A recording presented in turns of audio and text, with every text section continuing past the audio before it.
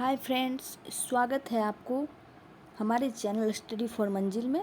तो फ्रेंड्स, आज मैं घटना चक्र इतिहास से जैन धर्म का प्रैक्टिस करवा रही हूँ। तो आप लोग क्वेश्चन को देखिए क्वेश्चन एक है, जैन धर्म का संस्थापक कौन थे? ऑप्शन ए है आर्य सुधर्मा, ऑप्शन बी है महावीर स्वामी, ऑप्शन सी पार्श्वनाथ और ऑप्शन डी है ऋषभदेव। देखिए फ्रेंड्स, इसका राइट आंसर है ऋषभदेव। ऋषभदेव के एक और भी नाम है, ऋषभदेव का नाम ही है आदिनाथ। पार्श्वनाथ जो थे वो जैन धर्म के 23वें तीर्थकर थे और महावीर स्वामी 24वें थे। पार्श्वनाथ का जन्म वाराणसी में हुआ था और आर्य सुधर्मा थे जैन संघ के अध्यक्ष थे आर्य सुधर्मा। इसका व्याख्या है, जैन धर्म के मूल संस्थापक या प्रवर्तक प्रथम तीर्थकर ऋषभदेव या आदिनाथ माने जाते हैं। महावीर स्वामी जैन धर्म के 24वें तीर्थकर थे जिन्होंने 6ठी शताब्दी ईस्वी पूर्व के जैन आंदोलन का प्रवर्तन किया। जैन धर्म के प्रथम तीर्थकर कौन थे? तो ऑप्शन ए है Parshvanath, option B Rishabhdev, option D Mahavir चेतक और यह त्रिशला। इसका राइट आंसर होगा ऋषभदेव, जो कि प्रथम तीर्थकर थे। जैन तीर्थकर पार्श्वनाथ निम्नलिखित स्थानों में से मुख्यतः किससे संबंधित थे? इसका राइट आंसर होगा वाराणसी। नेक्स्ट है, इसका व्याख्या, पार्श्वनाथ 23वें जैन तीर्थकर हैं जिनका जन्म वाराणसी के राजा अश्वसेन के यहाँ हुआ था। इनकी माता का नाम वामा देवी था। इनका चिन्ह सर्प है। सूची 1 और सूची 2 से सुमेलित कीजिए तथा नीचे दिए गए कूट से उत्तर चुनिए। तो देखिए, आदित्यनाथ तीर्थकर और प्रतिमा लक्षण है। आदित्यनाथ का क्या होगा? वृषभ। मल्लीनाथ का क्या होगा? जल कलश। पार्श्वनाथ का क्या होगा? सर्प। संभवनाथ का क्या होगा? अश्व। इसका राइट आंसर होगा ए। नेक्स्ट क्वेश्चन है, देखिए यहाँ पे व्याख्या में सबका सीधा सीधा लिख दिया गया है। नेक्स्ट क्वेश्चन है, महावीर स्वामी का जन्म कहाँ हुआ था? तो ये तो आप लोग जानते होंगे, कुंडग्राम में हुआ था महावीर का जन्म। महावीर स्वामी का जन्म कुंडग्राम या कुंडलपुर में वैशाली के निकट लगभग 599 ईस्वी पूर्व में हुआ था। उनकी माता त्रिशला वैशाली के लिच्छवी गणराज्य के प्रमुख चेटक की बहन थी तथा पिता सिद्धार्थ ज्ञात्रिक क्षत्रियों के संघ के प्रधान थे। उनके बड़े भाई नंदीवर्धन थे। कुछ प्राचीन संस्करण की NCERT पुस्तकों में महावीर स्वामी का जन्म 540 ईस्वी पूर्व उद्धृत है। इसी आधार पर अनेक अन्य प्रकाशकों ने भी यही जन्म तिथि अपने पुस्तक में अंकित कर दिया है, जिससे भ्रम की स्थिति उत्पन्न हुई है। महावीर स्वामी की सही जन्म तिथि 599 ईस्वी पूर्व ही उचित है, क्योंकि महावीर स्वामी महात्मा बुद्ध के पहले के काल के हैं। महात्मा बुद्ध का जन्म 563 ईस्वी पूर्व है। NCERT के नवीन संस्करणों में अब महावीर स्वामी का जन्म 599 ईस्वी में प्रकाशित हो चुका है। कुंडलपुर जन्म स्थान है किसका? तो महावीर स्वामी का, अभी मैंने बताया है। नेक्स्ट क्वेश्चन है, महावीर जैन की मृत्यु निम्नलिखित में से किस नगर में हुई थी? तो ये तो कहाँ पे हुई थी? राजगीर के पावापुरी में हुई थी। 527 ईस्वी पूर्व में लगभग 72 वर्ष की आयु में राजगीर के समीप स्थित पावापुरी नामक स्थान पर महावीर स्वामी ने शरीर का त्याग किया था। तीर्थकर शब्द संबंधित है, किससे संबंधित है? तो जैन से संबंधित है तीर्थकर। तीर्थकर शब्द जैन धर्म से संबंधित है। जैन धर्म में कुल 24 तीर्थकर हुए माने जाते हैं जिन्होंने समय समय पर जैन धर्म का प्रचार प्रसार किया। जैन धर्म के प्रथम तीर्थकर ऋषभदेव थे तथा अंतिम तीर्थकर महावीर स्वामी थे। जैन तीर्थकरों के क्रम में अंतिम कौन था? तो 24वें गुरु तो महावीर ही थे, तो इसका राइट आंसर सी होगा। निम्नलिखित में से कौन जैन तीर्थकर नहीं थे? तो इसका राइट आंसर होगा नाथ मुनि जैन तीर्थकर नहीं थे। विकल्प दिए गए से सभी जैन तीर्थकर थे। प्रभास गिरी जिनका तीर्थ स्थल है वे हैं कौन? जैन हैं। प्रभास गिरी उत्तर प्रदेश के कौशाम्बी में स्थित जैन तीर्थ स्थल है। कौशाम्बी का प्रभास गिरी स्थल छठ में जैन तीर्थकर पद्म प्रभु से संबंधित है। जैन धर्म में पूर्ण ज्ञान के लिए क्या शब्द है? कैवल्य। जैन धर्म में पूर्ण ज्ञान के लिए कैवल्य शब्द का प्रयोग किया गया है। महावीर स्वामी को 12 वर्षों की कठोर तपस्या तथा साधना के पश्चात जृंभिक ग्राम के समीप ऋजुपालिका नदी के तट पर एक साल वृक्ष के नीचे कैवल्य यानी कि पूर्ण ज्ञान प्राप्ति हुई थी, फलतः वे कैवलिन कहलाए। महावीर स्वामी को किस नदी के तट पर ज्ञानोदय प्राप्त हुआ था? तो अभी बताया है, ऋजुपालिका। ऋजुपालिका जो कि जृंभिक ग्राम के समीप में ऋजुपालिका नदी के तट पर। नेक्स्ट है त्रिरत्न सिद्धांत, सम्यक धारण, सम्यक चरित्र एवं सम्यक ज्ञान जिस धर्म की महिमा है वह है कौन सा है? तो वह होगा जैन धर्म। तो ऑप्शन सी होगा सही, जैन धर्म। व्याख्या देख लेते हैं। जैन धर्म में मोक्ष के लिए 3 साधन आवश्यक बताए गए हैं, सम्यक धारण, सम्यक चरित्र एवं सम्यक ज्ञान। इन तीनों को जैन धर्म में त्रिरत्न की संज्ञा दी गई है। कौन सा दर्शन त्रिरत्न को मानता है? तो जैन दर्शन। जैन धर्म में मोक्ष के लिए 3 साधन आवश्यक बताए गए हैं। ये है सम्यक दर्शन, सम्यक ज्ञान एवं सम्यक चरित्र। इन तीनों को जैन धर्म में त्रिरत्न की संज्ञा दी गई है। बुद्ध धम्म एवं संघ बौद्ध धर्म के त्रिरत्न माने जाते हैं। छत्तीसगढ़ लोक सेवा आयोग ने इस प्रश्न को मूल्यांकन से बाहर कर दिया है। देखिए इसका राइट आंसर जैन धर्म और बौद्ध धर्म दोनों होगा, क्योंकि जैन धर्म में भी त्रिरत्न है, सम्यक दर्शन, सम्यक ज्ञान और सम्यक चरित्र, और बौद्ध धर्म में भी है बुद्ध धम्म और संघ। इसका राइट आंसर ए और बी दोनों होगा, लेकिन ऑप्शन में नहीं दिया गया है बोथ ए और बी, तो इसका राइट आंसर वैसे ए और बी दोनों होगा। अनुव्रत सिद्धांत का प्रतिपादन किया था महायान बौद्ध संप्रदायों ने, हीनयान बौद्ध संप्रदायों ने, जैन धर्म ने, लोकायत शाखा ने। तो इसका राइट आंसर होगा जैन धर्म ने। जैन धर्म में 5 महाव्रत अहिंसा, सत्य, ब्रह्मचर्य, आस्था एवं अपरिग्रह की व्यवस्था की गई है। जैन धर्म में गृहस्थों के लिए 5 महाव्रत अनुव्रत के रूप में व्यवहृत हुआ है, क्योंकि संसार में रहते हुए इन महाव्रतों का पूर्णतः पालन करना संभव नहीं, इसलिए आंशिक रूप से इनके पालन के लिए कहा गया है। अहिंसानुव्रत, सत्यानुव्रत, अस्तेयानुव्रत और ब्रह्मचर्यानुव्रत, अपरिग्रहानुव्रत। स्याद्वाद सिद्धांत है जैन धर्म का। महावीर स्वामी जैन धर्म के 24वें तीर्थकर थे। इन्होंने वेदों की अपौरुषेयता स्वीकार करने से इनकार कर दिया तथा धार्मिक सामाजिक रूढ़ियों एवं पाखंडों का विरोध किया। उन्होंने आत्मवादियों तथा नास्तिकों के एकांतिक मतों को छोड़कर बीच का मार्ग अपनाया, जिसे अनेकांतवाद अथवा स्याद्वाद कहा गया। स्याद्वाद को सप्तभंगी न्याय के नाम से भी जाना जाता है। यह ज्ञान की सापेक्षता का सिद्धांत है। नेक्स्ट क्वेश्चन है, स्याद्वाद संबंधित है तो जैनों से, अभी मैंने बताया। जैन दर्शन के अनुसार सृष्टि की रचना एवं पालन पोषण सार्वभौमिक विधान से हुआ है। इसका राइट आंसर हो जाएगा ए। जैन दर्शन के अनुसार समस्त विश्व जीव तथा अजीव नामक 2 नित्य एवं स्वतंत्र तत्वों से मिलकर बना है। जीव चेतन तत्व है, जबकि अजीव अचेतन तत्व जड़ तत्व है। यहाँ जीव से तात्पर्य उपनिषदों की सार्वभौमिक आत्मा से न होकर व्यक्तिगत आत्मा से है। जैन मतानुसार आत्माएं अनेक होती है तथा सृष्टि के कण कण में जीवों का वास है, अतः विकल्प ए सही है। अनेकांतवाद निम्नलिखित में से किसका क्रोध सिद्धांत एवं दर्शन है? इसका राइट आंसर होगा जैन मत। अनेकांतवाद जैन धर्म का क्रोध सिद्धांत एवं दर्शन है। निम्नलिखित में से कौन सा धर्म विश्व विनाशकारी प्रलय की अवधारणा में विश्वास नहीं करता? तो इसका राइट आंसर होगा जैन धर्म बी। जैन धर्म में ईश्वर की कल्पना नहीं की गई है, जगत की सृष्टि नहीं की गई है। उनके अनुसार संसार नित्य और शाश्वत है, इनमें से किसी समय प्रलय नहीं हो सकता। जैन धर्म का आधारभूत बिंदु क्या है?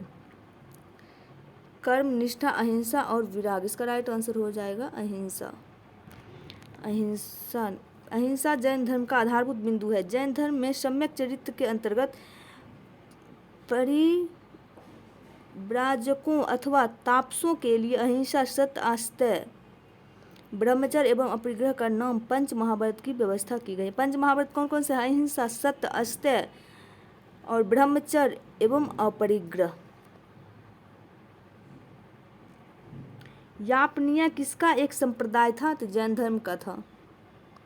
यापनीय जैन धर्म का एक संप्रदाय था जिसकी उत्पत्ति यद्यपि दिगंबर संप्रदाय से हुई थी, तथापि ये कतिपय श्वेतांबर मान्यताओं का भी पालन करते थे। भारत की धार्मिक प्रथाओं के संदर्भ में स्थानकवासी संप्रदाय का संबंध किससे है? जैन मत से है। स्थानकवासी भारत के श्वेतांबर जैनों का एक आधुनिक संप्रदाय है।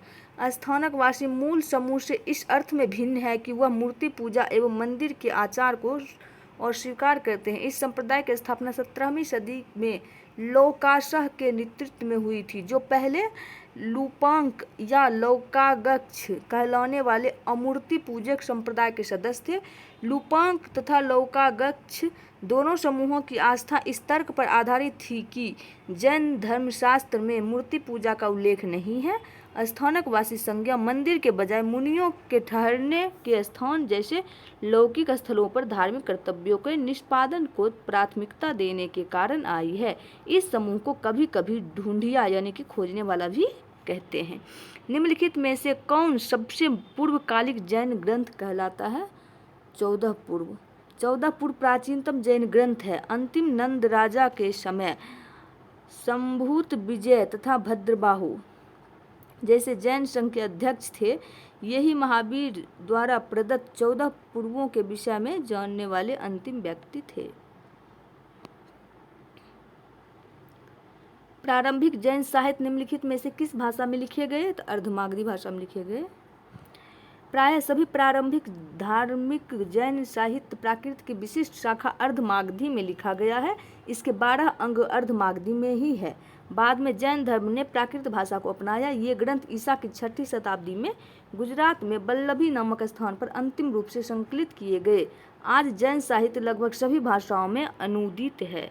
निम्नलिखित में से कौन सा स्थल पार्श्वनाथ से संबंध होने के कारण जैन सिद्ध क्षेत्र माना जाता है? इसका राइट आंसर होगा सम्मेद शिखर।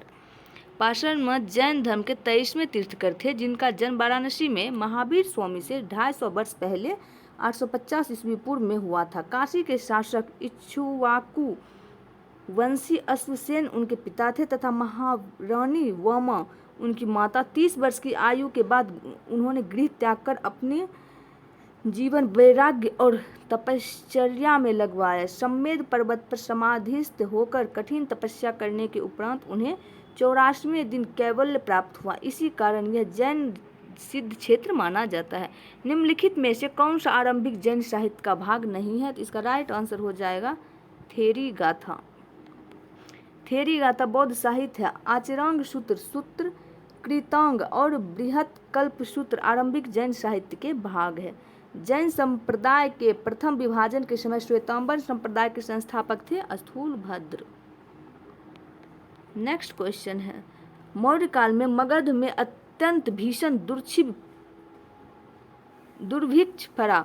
फलतः यहाँ रहने वाले जैन संघ के भद्रबाहु श्रुतकेवली अपने अनुयायियों को लेकर दक्षिण चले गए। जैन संघ का यह भाग दक्षिण मैसूर के पुन्नाट प्रदेश में बस गया।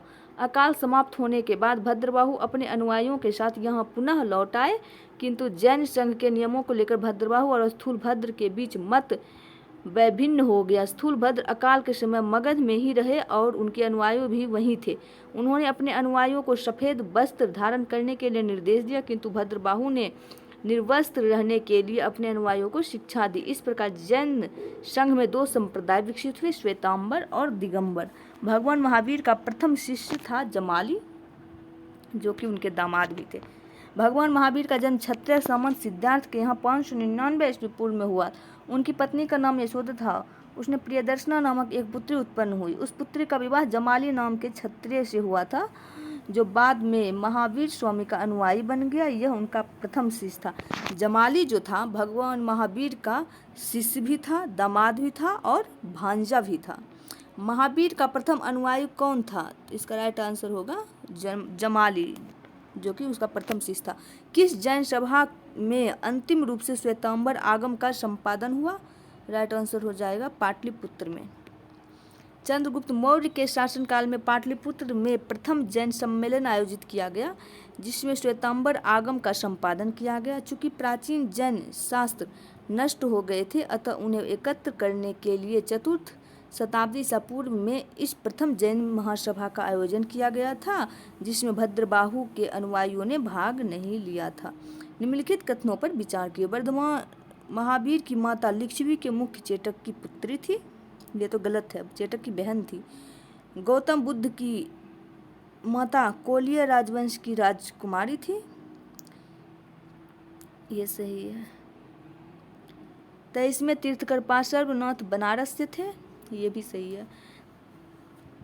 इसका राइट आंसर 2 और 3 हो जाएगा।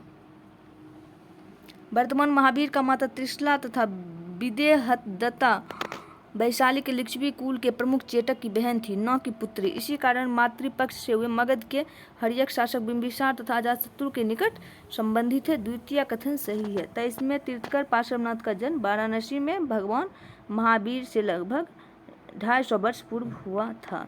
प्राचीन जैन धर्म के संबंध में निम्नलिखित कथनों में से कौन सा एक सही है? स्थूलबाहु के नेतृत्व में दक्षिण भारत में जैन धर्म का प्रचार हुआ। पाटलिपुत्र में हुई परिषद के पश्चात जो जैन धर्म के लोग भद्रबाहु के नेतृत्व में हुए वे श्वेतांबर कहलाए। प्रथम शतक पुत्र ईस्वी में जैन धर्म को कलिंग के राजा खारवेल का समर्थन मिला। बौद्धों के विपरीत जैन धर्म की प्रारंभिक अवस्था में जैन धर्म के लोग चित्रों को पूजन करते थे। इसका राइट आंसर होगा सी।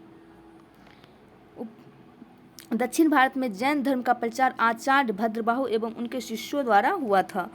भद्रबाहु के समर्थक दिगंबर कहलाए। इन्होंने पाटलिपुत्र में आयोजित जैन धर्म की प्रथम महासभा में भाग नहीं लिया था, जबकि कलिंग का चेदी वंशीय शासक खारवेल जैन धर्म का अनुयायी था। उसने जैन साधुओं को संरक्षण प्रदान किया और उनके निर्वाह के लिए प्रभुत दान दिए तथा उनके रहने के लिए आरामदायक निवास स्थान बनवाए। उसने भुवनेश्वर के पास उदयगिरी तथा खंडगिरी पहाड़ियों को कटवाकर जैन भिक्षुओं के निवास के लिए गुहा विहार बनवाए। जैन धर्म की प्रारंभिक अवस्था में चित्र पूजा या मूर्ति पूजा प्रचलित नहीं थी। निम्नलिखित में से कौन से कथन जैन सिद्धांत के अनुरूप है? कर्म को विनष्ट करने का सुनिश्चित मार्ग तपश्चर्या है। प्रत्येक वस्तु में चाहे वह सूक्ष्मतम कण हो आत्मा होती थी। कर्म आत्मा का विनाशक है और आवश्यक इसका अंत करना चाहिए। इसका राइट आंसर हो जाएगा 1 और बी और सी तीनों। जैन सिद्धांत के अनुसार सृष्टि के कण कण में जीवों का वास है। इस सिद्धांत में कर्म को बंधन का कारण तथा सूक्ष्म तत्व भूत तत्व माना गया है, जो जीव में प्रवेश कर उसे नीचे संसार की ओर खींच लाता है। जब कर्म का जीव की ओर प्रवाह रुक जाता है तो उस अवस्था को संवर कहते हैं तथा तब जीव में पूर्व मौजूद कर्म का विनाश होने लगता है तो उस अवस्था को निर्जरा कहते हैं। जैनियों का विश्वास है कि प्रत्येक जीव अपने पूर्व संचित कर्मों के अनुसार ही शरीर धारण करता है। जब जीव से कर्म का अवशेष बिल्कुल समाप्त हो जाता है उस स्थिति को जैन धर्म में मोक्ष कहते हैं। जैन धर्म में मोक्ष के लिए 3 साधन आवश्यक बताए गए हैं, जिन्हें त्रिरत्न कहा गया। तो वो त्रिरत्न कौन कौन से हैं? सम्यक दर्शन, सम्यक ज्ञान एवं सम्यक चरित्र कहा जाता है। महावीर ने मोक्ष के लिए कठोर तपश्चर्या एवं काया कलेश पर भी बल दिया है। मोक्ष के पश्चात जीव आवागमन के चक्र से छुटकारा पा जाता है तथा वह अनंत चतुष्टय यानी कि अनंत ज्ञान, अनंत दर्शन, अनंत वीर तथा अनंत सुख की प्राप्ति कर लेता है। समाधि मरण किस दर्शन से संबंधित है? तो इसका राइट आंसर हो जाएगा जैन दर्शन से। संलेखना, समाधि मरण या संथारा जीवन के अंतिम समय में मृत्यु के निकट जानकर स्वेच्छा से अपनाई जाने वाली एक जैन प्रथा है। व्यक्ति को यह लगने लगता है कि वह मृत्यु के करीब है तो वह खुद खाना पीना त्याग देता है। इसे दिगंबर जैन शास्त्र के अनुसार समाधि मरण या संलेखना कहा जाता है। श्वेतांबर साधा पद्धति में इसे संथारा कहा जाता है। निम्नलिखित कथनों पर विचार करिए। दक्षिण भारत के इक्ष्वाकु शासक बौद्ध मत के विरोधात्मक थे। पूर्वी भारत के पाल शासक बौद्ध मत के समर्थक थे। तो इसका राइट आंसर जो हो जाएगा वो हो जाएगा बी यानी कि ए और केवल 2। दक्षिण में तृतीय और चतुर्थ शताब्दी ईस्वी के दौरान आंध्र में इक्ष्वाकु वंश का शासन था। इस वंश के यहाँ कुल 7 शासक हुए, जिनकी लगभग सभी रानियां बौद्ध मतावलंबी थी। यहाँ नागार्जुन कोंडा स्थित मूर्तियों में बुद्ध की विशाल मूर्तियां शामिल है। यद्यपि इक्ष्वाकुओं ने वैदिक धर्म का पालन किया, किंतु उन्होंने साथ ही बौद्ध धर्म का समर्थन किया। बंगाल में पाल शासन के दौरान बंगाल महत्वपूर्ण बौद्ध केंद्र के रूप में उभरा। ऐसा पाल वंश द्वारा बौद्ध मत के दर्शन के कारण संभव हुआ। आजीवक संप्रदाय के संस्थापक थे मखली गोसाल। इसका राइट आंसर हो जाएगा सी। आजीवक संप्रदाय के संस्थापक मखली गोसाल थे। मखली गोसाल प्रारंभ में महावीर के शिष्य थे, किंतु बाद में मतभेद के चलते इन्होंने महावीर की शिष्यता त्याग कर आजीवक नामक स्वतंत्र संप्रदाय की स्थापना की। यह संप्रदाय लगभग 1002 ईस्वी तक बना रहा। इनका मत नियतिवाद कहा जाता है, जिसके अनुसार संसार की प्रत्येक वस्तु भाग्य द्वारा पूर्व नियंत्रित एवं संचालित होती है। निम्नलिखित में से किसने प्रतिपादित किया कि भाग्य ही सब कुछ निर्धारित करता है, मनुष्य और समर्थ होता है? तो इसका राइट आंसर हो जाएगा आजीवकों। संप्रदाय जो नियति की अटलता में विश्वास करता था। इसका राइट आंसर हो जाएगा आजीवक। सूची 1 और 2 को सुमेलित कीजिए और सूचियों के नीचे दिए गए कूट से सही उत्तर चुनिए। ये क्या है? लकुलिस। देखिए यहाँ मिलान किया हुआ है इसे। लकुलिस का हो जाएगा पाशुपत। लकुलिस पाशुपत। लकुलिस का क्या हो जाएगा? पाशुपत। इसके बाद भी है नागार्जुन। नागार्जुन का हो जाएगा शून्यवाद। भद्रबाहु। भद्रबाहु का हो जाएगा जैन। गोसाल जो हो जाएगा आजीवक। व्याख्या में देखिए सब सामने सामने लिखा हुआ है। बराबर की गुफाओं का उपयोग किसने आश्रय गृह के रूप में किया था? तो इसका राइट आंसर हो जाएगा आजीवकों ने। मौर्य युग में पर्वत गुफाओं को काटकर निवास स्थान बनाने की कला पूर्ण विकास हुआ। अशोक तथा उसके पौत्र दशरथ के समय में बराबर तथा नागार्जुनी पहाड़ियों को काटकर आजीवकों के लिए आवास बनाए गए थे। अशोक के समय बराबर की गुफाओं में सुदामा की गुफा तथा कर्ण चौपर नामक गुफा सुप्रसिद्ध है। उत्तर प्रदेश में बौद्ध एवं जैन दोनों के लिए प्रसिद्ध तीर्थस्थली कौन सी है? कौशाम्बी है। इलाहाबाद के दक्षिण पश्चिम में लगभग 33 मील की दूरी पर स्थित कोशम नामक स्थान ही प्राचीन काल का कौशाम्बी था। वैदिक एवं जैन साहित्य में अनेक बार कौशाम्बी का उल्लेख हुआ है। पुराणों के अनुसार हस्तिनापुर के राजा नीचक्षु ने हस्तिनापुर के गंगा के प्रवाह में बह जाने के बाद इस नगर की स्थापना करवाई थी। जैन ग्रंथ के अनुसार कुशाम्ब नामक वृक्षों में अधिकता के कारण इस नगर का नाम कौशाम्बी पड़ा। यह नगर जैन तथा बौद्ध दोनों ही की प्रसिद्ध तीर्थस्थली है। महात्मा बुद्ध ने इस नगर में जाकर कई बार धर्मोपदेश दिया तथा लोगों को अपना शिष्य बनाया। यहाँ अनेक विहार थे। सर्वप्रमुख घोषित राम विहार था, जिसका निर्माण श्रेष्ठी घोषित ने करवाया था।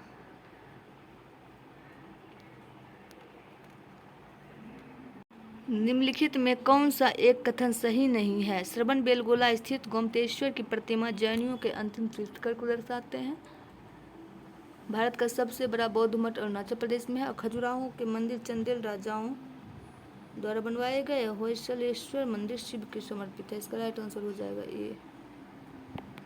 श्रवण बेलगोला कर्नाटक राज्य में स्थित है। यहाँ गंग शासक रचमल के शासनकाल में चामुंड राय नामक मंत्री ने लगभग 983 ईस्वी पूर्व में बाहुबली की विशालकाय जैन मूर्ति का निर्माण कराया। बाहुबली प्रथम जैन तीर्थंकर ऋषभदेव के पुत्र माने जाते हैं। अन्य तीनों कथन सही है। श्रवण बेलगोला में गोमतेश्वर की विशाल प्रतिमा किसने स्थापित करवाई थी? चामुंड राय ने। महान धार्मिक घटना महामस्तकाभिषेक निम्नलिखित में से किससे संबंधित और किसके लिए की जाती है? तो बाहुबली के लिए।